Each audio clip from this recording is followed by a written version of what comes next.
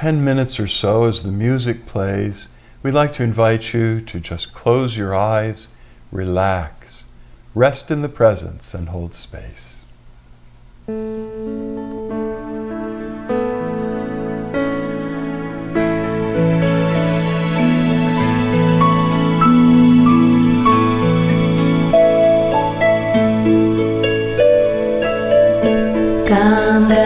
Ganapataye namo namaha.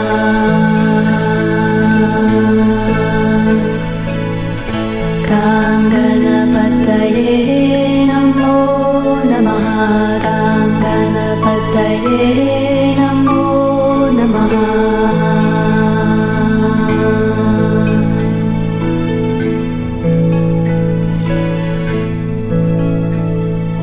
Jai Ganesha Gananatha Dayaniti Sakala Vignya Karadura Hamare. Jai Ganesha Gananatha Dayaniti Sakala Vignya Karadura Hamare.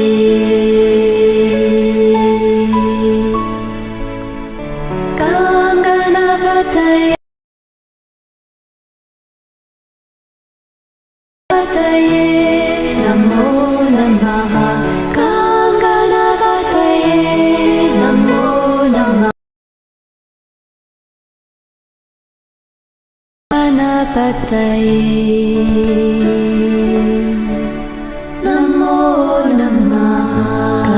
Ganapataye namo namaha. Ganapataye namo namaha. Namaha. Omega Dantaya Vidmahi Vakratundaya Dhimahi Tanno Danti Prachodayat. Ganapataye namo namaha. Ganapataye namo namaha. Ganapataye namo namaha. Ganapataye namo namaha. Ganapataye namo namaha.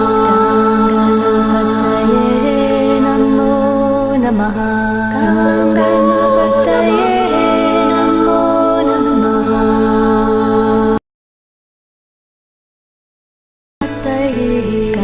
Ganapataye namo namaha. Jai Ganesha Gananatha Dayaniti Sakala Vignya Karadura Hamare.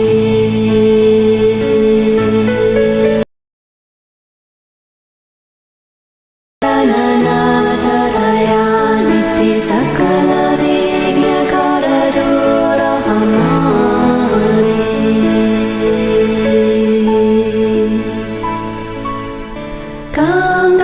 Ganapataye namo namaha.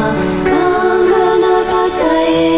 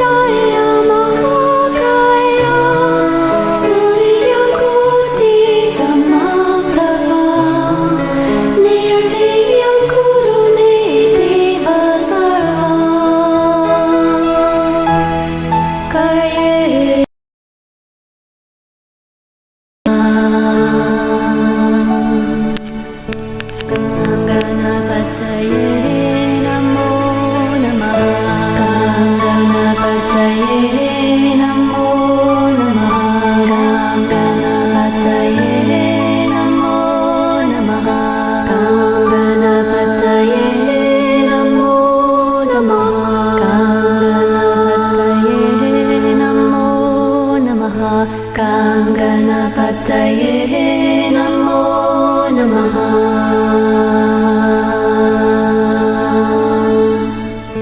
Gam Ganapataye Namo Namaha. Gam Ganapataye Namo Namaha. Jai Ganesha Gananata Dayaniti Sakala Vignakara Dura Hamari. Jai Ganesha Gananata Dayaniti Sakala Vignakara Dura Hamari.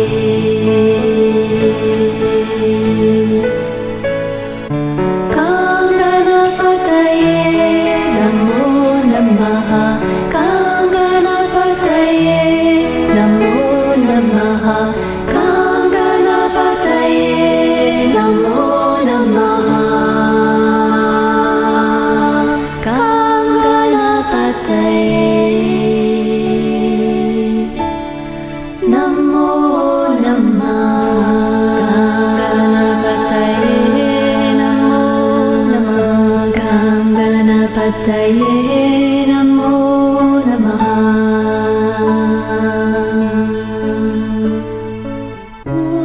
Suklam Bharadram Vishnu Sasivarnam Chaturvujam Prasannavadaram Dhyaye Sarvavignyopashantaye. Gam Ganapataye Namo Namaha. Gam Ganapataye Namo Namaha. Gam Ganapataye Namo Namaha. Gam Ganapataye Namo Namaha. Gam Ganapataye Namo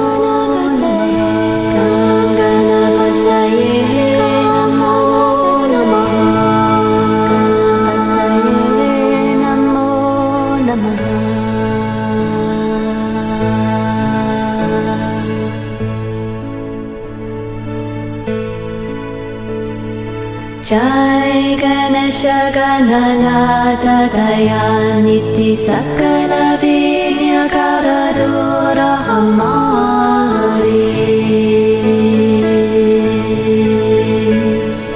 Jai Ganesha Gananata Dayaniti Sakala Vignakara Dura Hamari.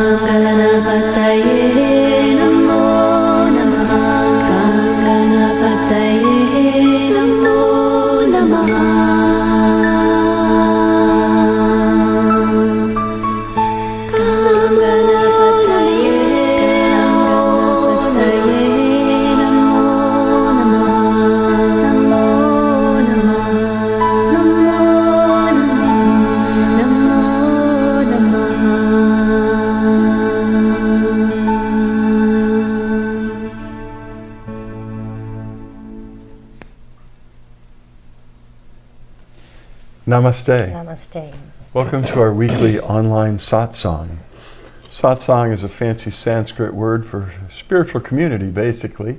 Wherever two or more people on the path of awakening, the flowering of the heart, transformation of consciousness, whenever two or more of us come together to share our journeys, to share our presence and our energy, we have a satsang.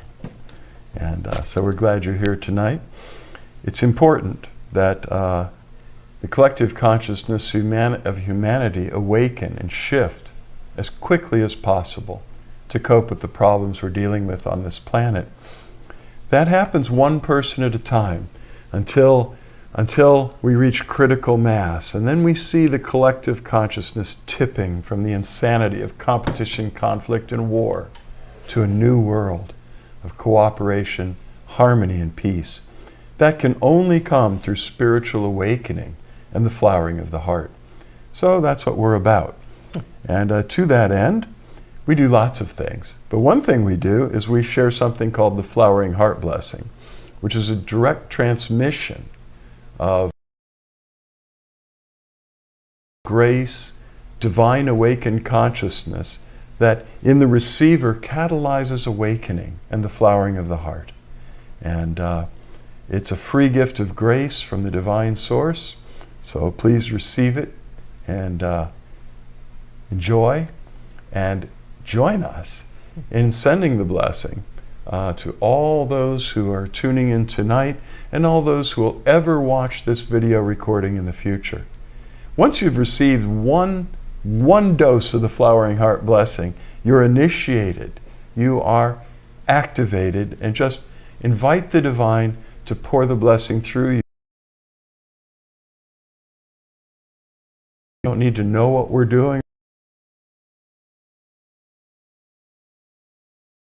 It can be one person or 1 million people or 8 billion people. And just in meditation or prayer, invite the divine to pour through us the Flowering Heart Blessing that brings awakening and transformation.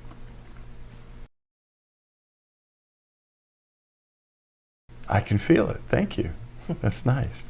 So we like to open it at the beginning. Oh, another announcement. This Sunday, coming up, the 28th, will be our monthly interfaith communion with the Cosmic Christ.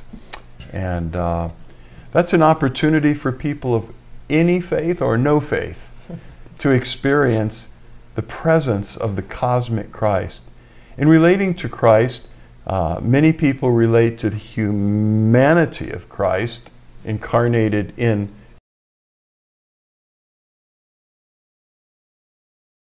There are others who relate primarily to the divine aspect we could call the Cosmic Christ, which is an aspect of God that has existed forever. Always existed. Didn't come into existence 2,000 years ago in the Middle East. Always been, always will be. More and more people are connecting these days with Christ consciousness and with the Cosmic Christ in other faith traditions. People in the Buddhist tradition, people in the Sufi Muslim tradition, and many others in New Age paths are discovering Christ consciousness. That spark of the divine that dwells at the center of everything in creation, whether it's a person or a tree or a rock or a planet. At the center there is, well, the divine's in everything, but that Christ at the center holds the blueprint and the grace for ongoing evolution and transformation. So please join us if you have a chance. The theme of our meditation, it's 11 o'clock Sunday morning. We stream it live to Facebook Live, to Vimeo, to LinkedIn, to I think YouTube. It's going all over the place. The easiest thing to do is if you use Facebook, is just come here. And it's at 11 o'clock in the morning Eastern Time. And the theme this month is going to be overcoming death. Should be an interesting one. A deeper look at death, what it is and what it isn't, and overcoming it. And so So I'm looking forward to that and hope you can join us. After that, if you're here in town, we're having a potluck about 1 o'clock, shortly after the communion service is over. And then at 2 p.m. we have our ongoing book club and centering prayer group, which you're also welcome to join. We stream through Zoom, so you can also access that at a distance. Anything else? No, I don't think so. So we like to open it to questions and answers about the spiritual journey.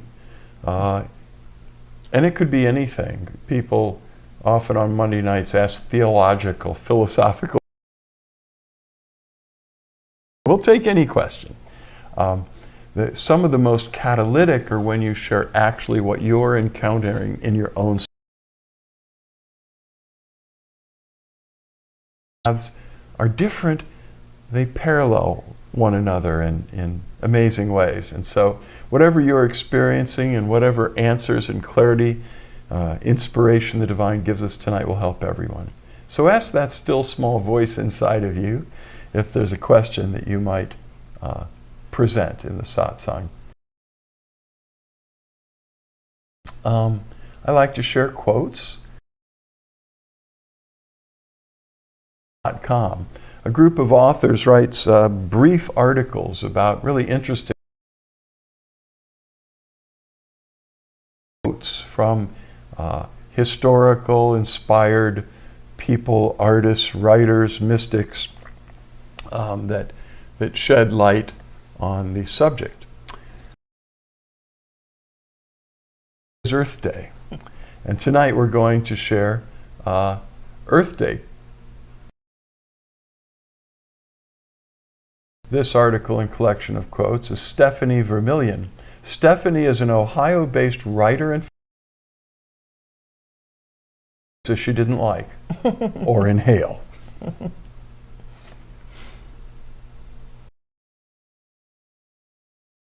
Here's what she has to say. From fog-covered valleys to lush, forested waterways, nature is a sanctuary where we can escape the chaos of the world. April 22nd. Earth Day has been a staple on the April calendar for more than 50 years. And fragility. Wisconsin Senator Gaylord Nelson dreamed up the celebration in 1969 as a way to draw attention to environmental deterioration, such as the oil. He introduced Earth Day as an idea for college campuses, but its impact spread much further. The inaugural Earth Day on April 22nd million Americans to take to the streets, protesting more than a century of environmental degradation. Earth Day's message is now more relevant. Changed since 1970, including conservation efforts. There's so much more to do. Whether it's recycling and reducing waste, switching to reusable energy, or advocating for celebrate Earth Day this year. For some extra inspiration, here are 12 quotes to remind you why Earth is worth protecting.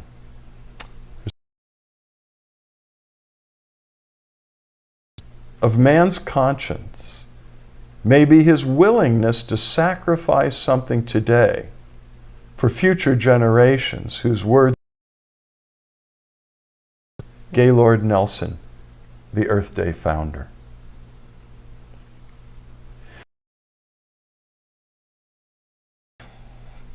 To find the air and the water exhilarating, to be refreshed by a morning walk, stars at night, to be elated over a bird's nest or a wildflower in spring. These are some of the rewards. Burroughs, American naturalist and essayist. The real wealth of the nation: earth, soil, water, forests, minerals, and wildlife.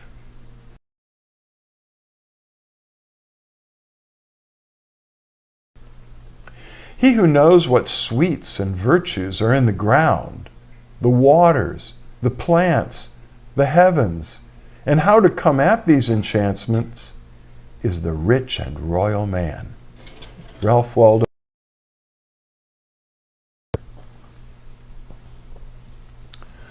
The environment, after all, is where we all meet, where we all have a must share. It is not only a mirror of ourselves, but a focusing lens on what we can become. Lady Bird Johnson, first.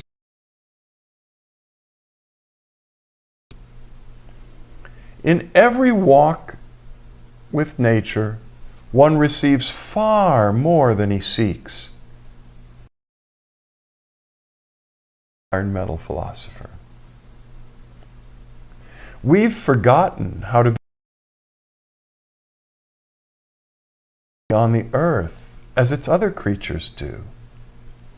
Barbara Ward, economist, writer for environment and development. If there's magic on the planet, it is contained in water.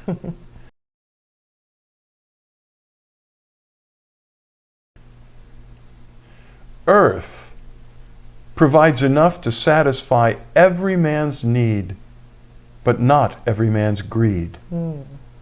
Mahatma Gandhi. Thought you'd like that one. Brief stay on planet Earth. We owe ourselves and our descendants the opportunity to explore.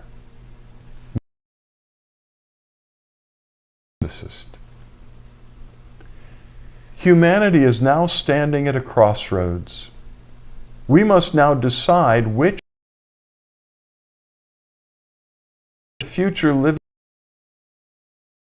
species to be like. Greta Thunberg. Only if we care will we help. Only if we help shall they be. Primatologist. I love that simple quote from Gandhi, that Earth provides enough to satisfy every man's need, but not every man's greed. Said Mahatma Gandhi. So, and I forgot to say, on Facebook, give us a love or a like. And if you're on Vimeo, you could enter in the chat just who you are and say hi. To those who leave their names. Even those who frown probably get a blessing, but we love the thumbs up and the hearts most. It's put more simply, I was raised that you had to have forgiveness.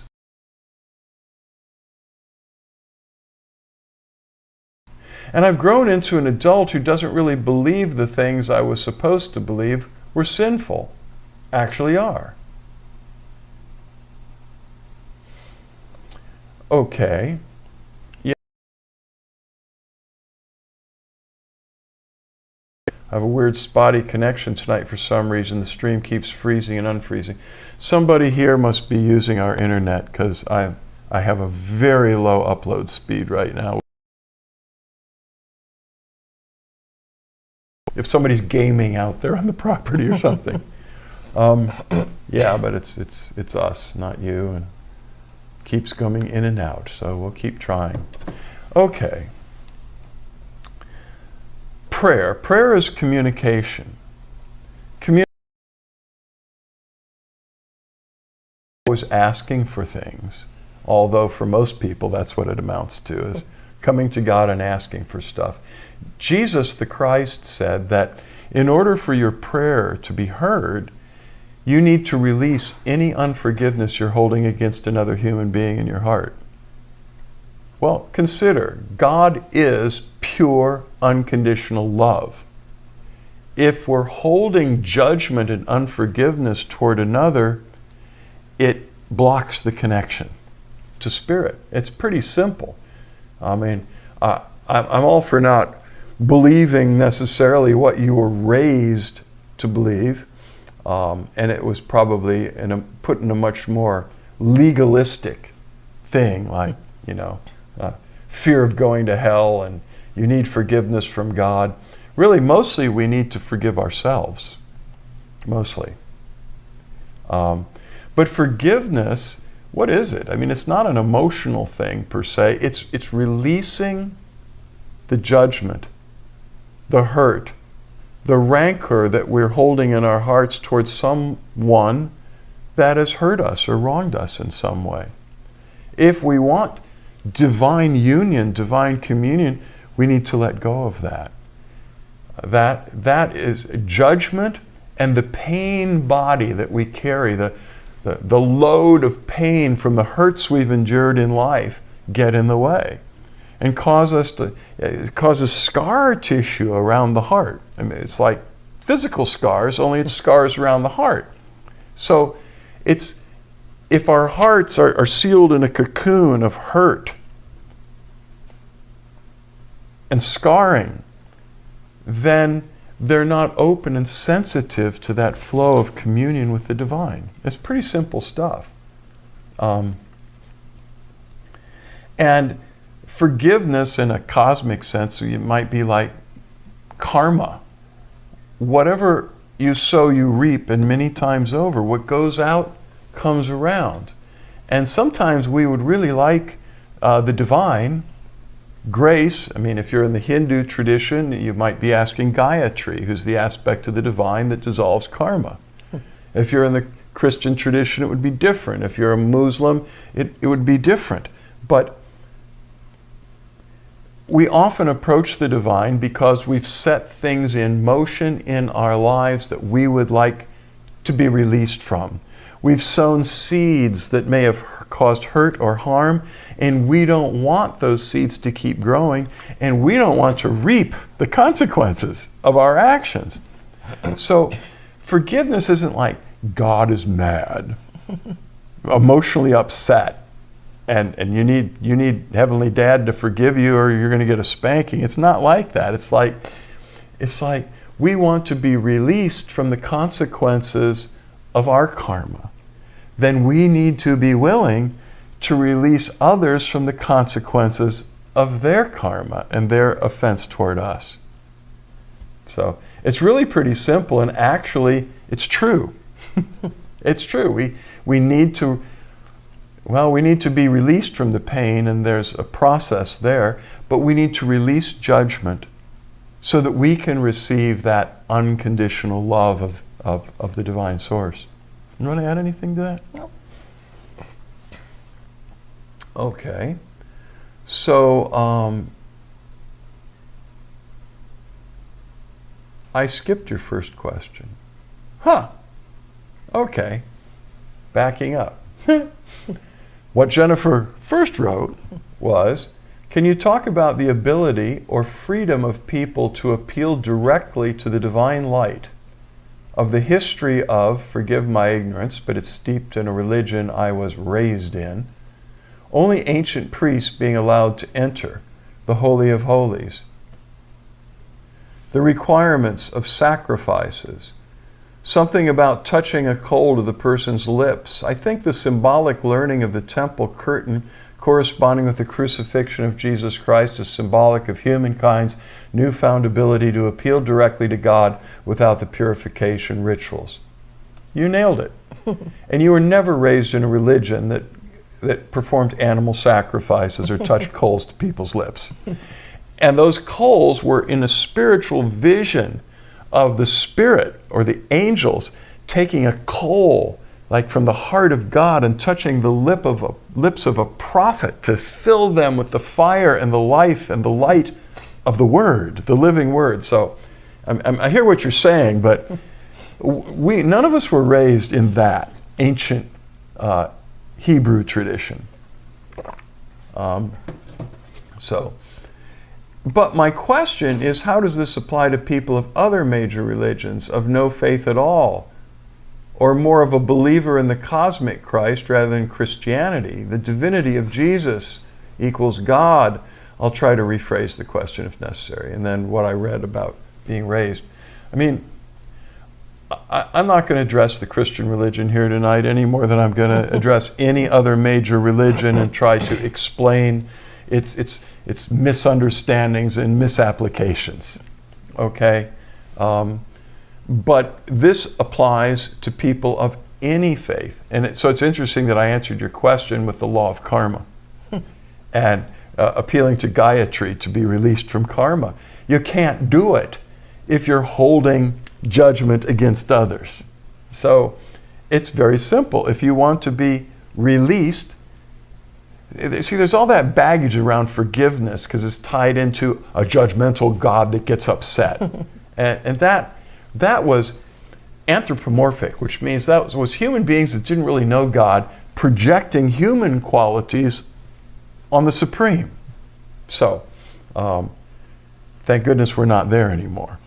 And yes, when Christ, when he uttered his last breath, the veil of the temple, which was like 20 feet tall, 20 feet wide, and I think 4 inches thick of weaving with gold thread and all this stuff, it ripped from top to bottom, just split open. And the Holy of Holies was open to the world, which was exactly what you said, that was the end, at least in that faith tradition, but potentially for humanity, of needing to use rituals and sacrifices and things like that to approach the divine. As it turns out, we never had to, but who knew? Okay. And yeah, I mean, the greatest sin, you don't believe that the things that you were taught were sinful always are, and I'm sure if we went through it, and we're going to do that, but we're not going to, we'd agree with you. However, the greatest sin probably is pride, which is, I don't need God's help, I can do it myself. I've got everything, I can do it. Humility is just the opposite of going, I need grace. I need to open myself to divine grace for this. So, Stacy says same there with the streaming. It's better now. Yeah. How about deism?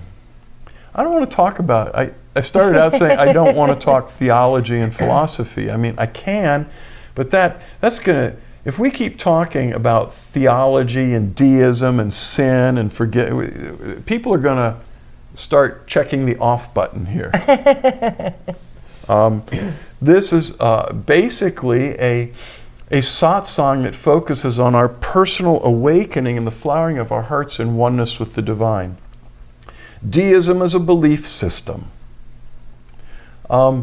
It seems to be less problematic for many people than theism, but then we'd have to get out a dictionary. What's the difference between theism and deism? Well, theism tends to posit the existence of a creator God who is a judge, that creates rules and regulations and rules for worship and all of that. Deism is more like the belief in deity, in supreme consciousness, cosmic consciousness, but not one that is like a judge and a punisher. And so a lot of the more acceptable forms of belief, again, because I'm saying belief because this is all just concepts. What really matters is the direct experience of the divine presence and deepening and growing in relationship till we dissolve in oneness, in union with the divine. And then there just aren't any questions. I was sitting First time I went to India, at the end of this intense process, I'm sitting around an altar to all faiths, kind of like the thing behind us. It had Christian symbols, Buddhist symbols, Hindu symbols, it had everything. And there were people from all different faiths there that had come from all over the world. And a group of us were sitting around the altar so dissolved in God we couldn't even talk. And we looked across the room at each other, and here was the Wiccan high priestess from Berkeley, California. Sitting next to her was a spirit-filled, Bible-believing, tongue-talking Presbyterian female pastor. Sitting next to them was a dear friend of mine who was an atheist, tenured college professor of philosophy in Belgium. What an interesting group. And there was Catholic, and there was a Buddhist, and so different religions, and we were all just struck dumb by the glory of the presence of God that we were melted into oneness with. We had absolutely no more disagreements with each other. What's there to disagree about? Whew, here we are. So, Jennifer writes, what I have trouble reconciling is being a grown-up who wants to pray versus overcoming the child from the fear-based religion who truly believed, well, I'm not really allowed. Well, yeah, I mean, I have a friend, I won't give you his name, he's written a bunch of books. He started a 12-step group called Fundamentalists Anonymous. So if it's really, really bad, I can put you in touch with them, and they've gone on this. And they're all very liberated mystics, but all that had to really deal with the healing of that inner child that had been traumatized by fundamentalist religion. And it isn't just Christian religion that does it, believe me. So, we used to take people through a healing process, and it was it was called Recreating Your God, and it was a very helpful process. I had some hang-ups about Christianity when I was on my early discovery of spirituality, and my late teens, early 20s, and I started going to a unity church, and every time the word Christ came up, I had my guard up, and I'm like, oh, okay, I can flow with that. That's okay. But when we started doing this spiritual work together, Michael and we were doing this process, and I at first, the principle is to create a relationship with the divine presence that's comfortable for you, whatever is the most comfortable and kind and loving. And at first I couldn't come up with a person or a figure or anything. For me, it was a rock. And I would go into like this just cool place, and there was this giant smooth rock that I would lay on and communicate with the divine. It's kind of hard to have a charge about a soft, smooth, giant rock, you know. And then over time, it grew into, funny enough, SpongeBob. My kids were younger, and I was watching it a lot, and I'm like, wow, he's saying a lot of really wise stuff. And I thought, you know, SpongeBob, it's always the best day ever, and he's a great friend and very positive and loves his job and all of these qualities that I felt really comfortable. So I started communicating with the divine presence as SpongeBob, and that really worked for me because I didn't have any charges around it or any preconceived notions, and now I have a very, very close connection with Christ. But it took me a while to get there, and it's been a very powerful teaching tool over the years because people don't realize that they can have their own personal connection, something that they feel safe and comfortable and happy with. And then you just start communicating and talking to your divine as if you were sitting next to your best friend, and taking time to listen and taking time to share. And the more comfortable you get with that relationship, the more it will deepen into something really, really beautiful. And then your prayers will become basically just a daily conversation with the divine, whatever that is for you. But we don't have to take things so seriously. I think that's a problem with a lot of people's upbringing and their religion, is that a lot of fear was put into it, and a lot of, judgment, and like Michael said, and condemnation, and you better follow the rules or else. And we need to switch that up and make that into a relationship where we feel comfortable and at peace. And there's even a part where you might feel angry at God over something, your divine presence. And you need to just be really open and honest about that, because if you can't get past that, you're not going to get to the unconditional loving stuff. So it's okay to tell God. Divine presence has no ego and isn't going to get hurt if you shake your fist to it and say, I'm so angry at you, and why are you doing this? And there's a part where we have to just be really real and honest with how we feel, like you're sharing here tonight, about being able to pray.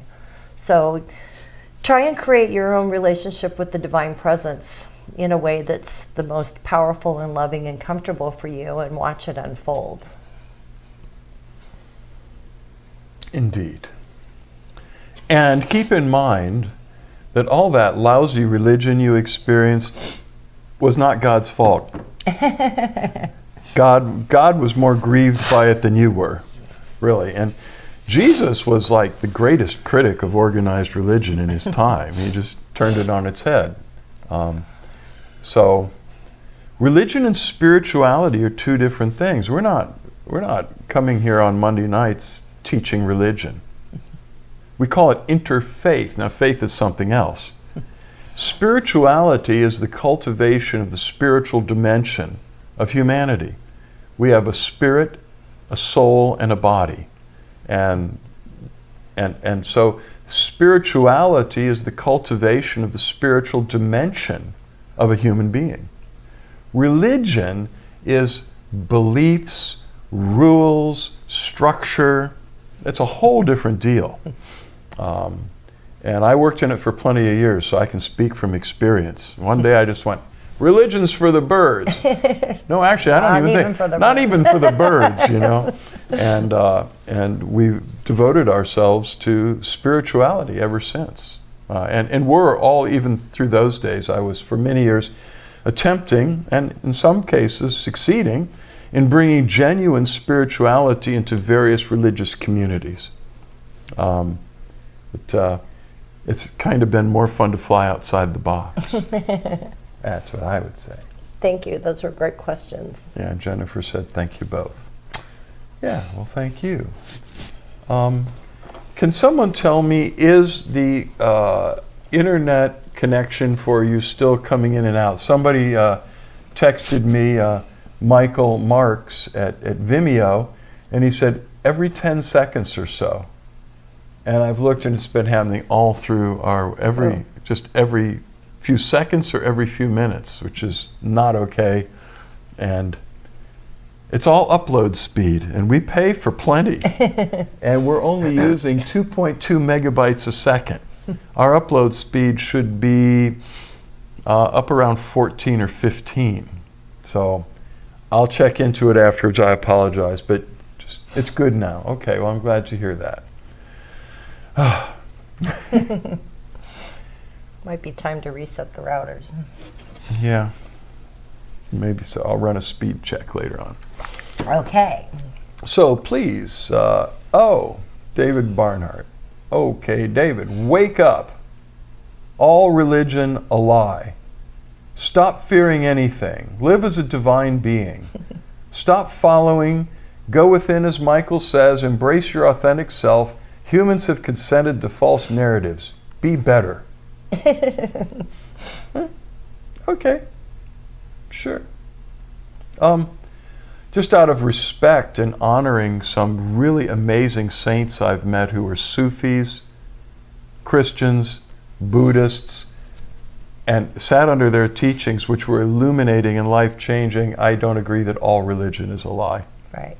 I just, But okay, you can say whatever you want. we love you, David. But you're right. We get the essence of it, sure. there is a point where we have to, question, like Jennifer was, about, what we're participating in this life and what we're creating. So I've always tended to really question, if I'm told something, I weigh it in my heart, and if it doesn't sit right, then I drop that. And it's also a learning curve because we're not even aware that we've gotten caught up in some misinformation or that there's any other way to live or to be. So it's a process of, looking at how we interact with the world, and if something doesn't seem right to us, then we can change that belief system. We can change that program. And that's how we grow deeper and more connected to the Divine Presence, because the Divine Presence is truth.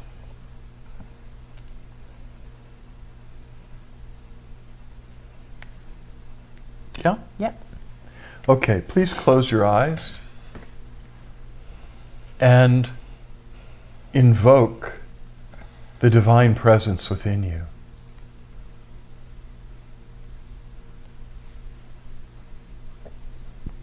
Receive the love that is pouring out to you from all around you, but especially within your heart right now. This Divine Presence is all-powerful, all-knowing, and loves us anyway. And is all-wise, knows how to get things done to bring about the desired shifts in the future. So, this presence is all we really need. It wants to love you, which dissolves all fear. It wants to free you from the suffering caused by the illusion of separation and duality. It wants to enlighten your spirit with the light of life,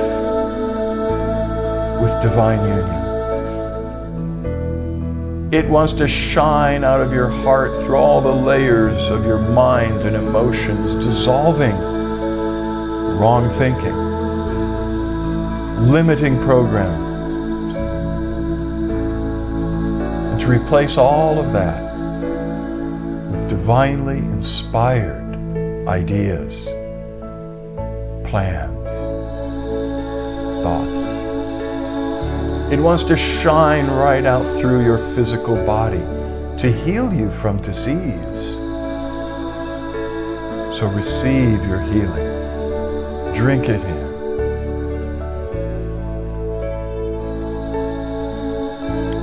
This loving presence yearns not only to embrace you and take you into union, but to flood your relationships with healing grace, to heal them and set them right. So just receive.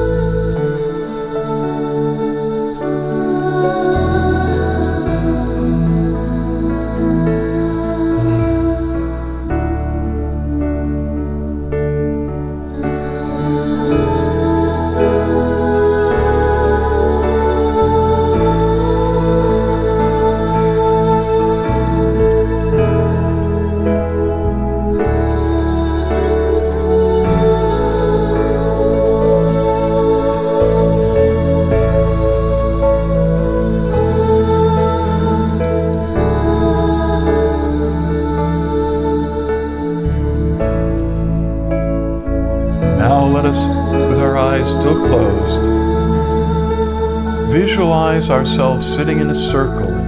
Lift up your hands with your palms open, turned forward, and let us invite the divine to pour the flowering heart blessing through all of us to each other.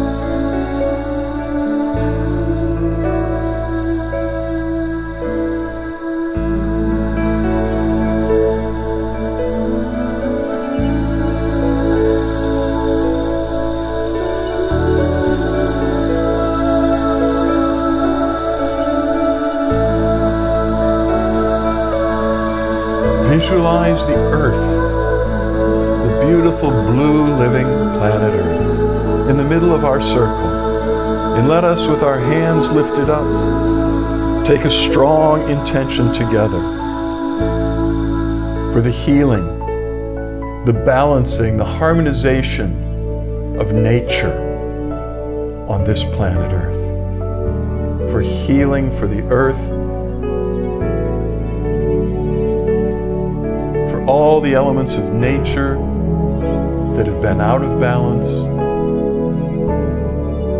damaged by human activity.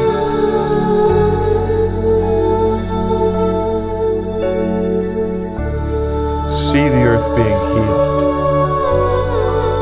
filled with light, filled with life, thriving.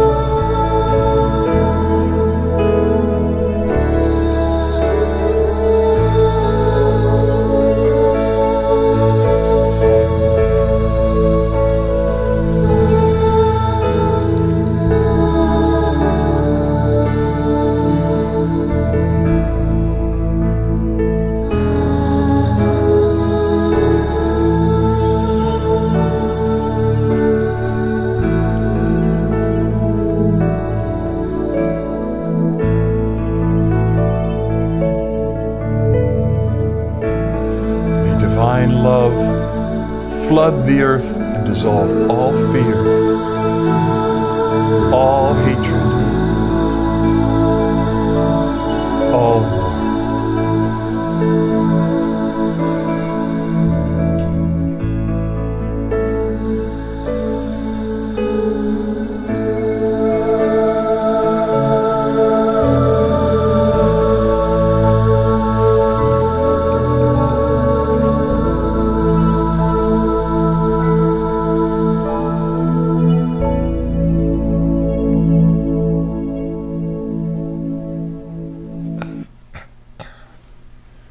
Om Shanti, Shanti, Shanti. Peace, peace, peace.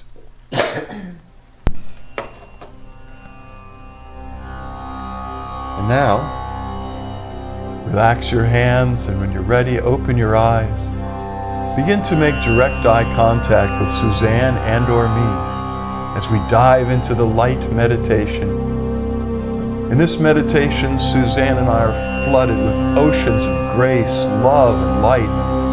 It floods through every part of our being to you, especially through our eyes, the doorways of the soul.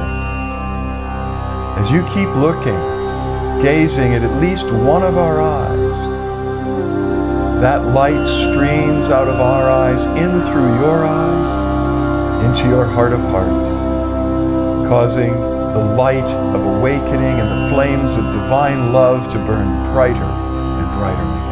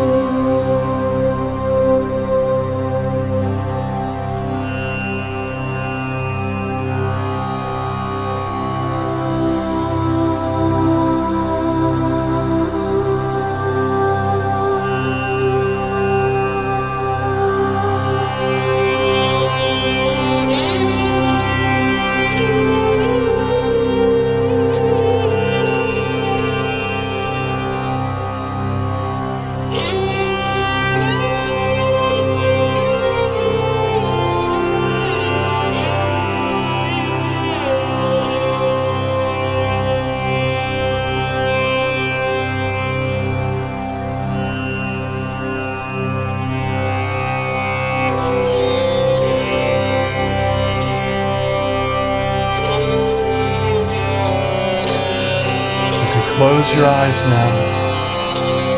Meditate with us a few more minutes as the grace settles within.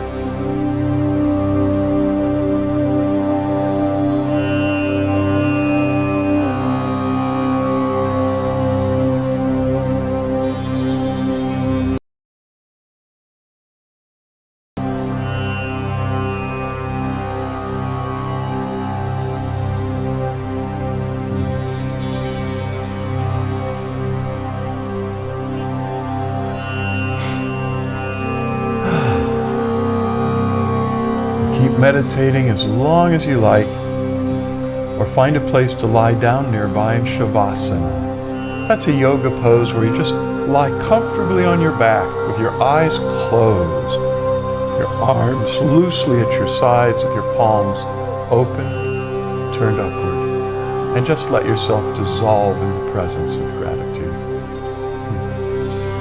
We love you very much. Much love, light, and blessings. Until we cross paths the next time, know that the divine in us beholds the divine in you, and we bow to you. Namaste. Namaste.